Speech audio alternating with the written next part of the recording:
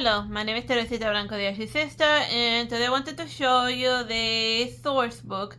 Like a source book is just like full of like random references and stuff, and this one in specific is about children costumes, which is like the outfits that children wore like back in the old timey days, like in the flapper period. So like how this book explains it is like children fashion, like back in the old days they were treated as miniature adults. The adults and the children were practically literally the same thing, and even the little princess boys were always they were made to wear like chic dresses until like way into their adulthood cause of reasons, but whatever. No point in overthinking about it. And yeah, and then like remember like. And then there's a reference of, remember that Spanish principle, as you can see, there was a children fashion as separate from like the fashion of the adults didn't manifest until like the 1800s. And like what happened in like the 1800s, the Industrial Revolution, but also the Impressionism. And with people like dropping dead in factories and like everyone rioting and complaining, the concept of leisure, that life wasn't all about working, but you're like life isn't you work in order to live, you know. Then the kids were finally allowed to be kids, and a manifestation of them being allowed to fool around is that their outfits became less restrictive in order to allow them to, you know, play, because that's what little kids do, you know. And then like that, like also the 1800s it started reforming like school education. I remember reading in like in a biography of this writer guy Stefan Zweig. He was like in the 1920s when he was going in school.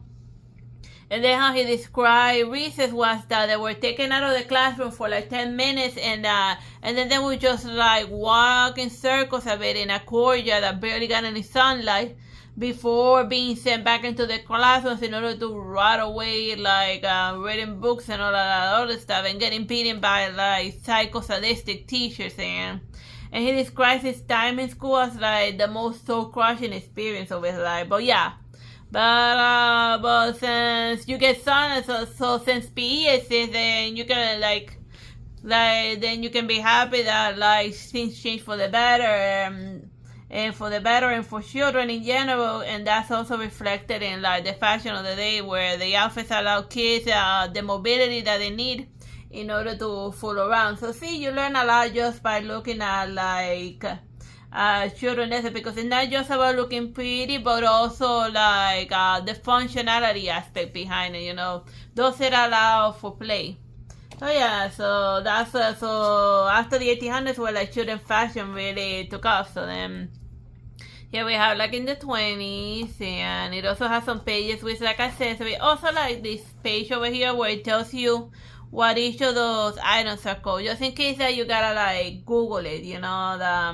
Let's say that you're like into vintage fashion, and then you want your daughter or your son to like match your wokeness, then you would need to like Google online and know what it's called, the specific item that you want for your kids. So it's good that it gives the names of stuff and a specific accessory. So yeah, like the book cover, as far as like kids fashion, it goes all the way out to like the 2000s. And like, if you ask me, like fashion has been pretty stagnant since like the 2000s. Like everyone's kind of been wearing the same thing since then. Like I haven't seen that. Like for example, you go from like the 80s with like the crazy hairdo, and like the 70s, and it looks very distinct. But from like the 2000s on, everyone's like whatever. But I guess it's just that clothing eventually became less about being fabulous and more about like less peer pressure and more individualistic, in a way that where even parents ask their kids like, what do you want to wear for school, and then as long as it's within the lines of common sense, they usually buy it. So yeah, that's why in the 2000 on, there's not like a specific type of bookness. So yeah, that's this source book in a nutshell. I hope you find it useful. If you're interested in in like fashion, and you want your characters to look totally interesting, but then you don't know what the brush to wear. So that's something that you can look at. Bye bye and God bless.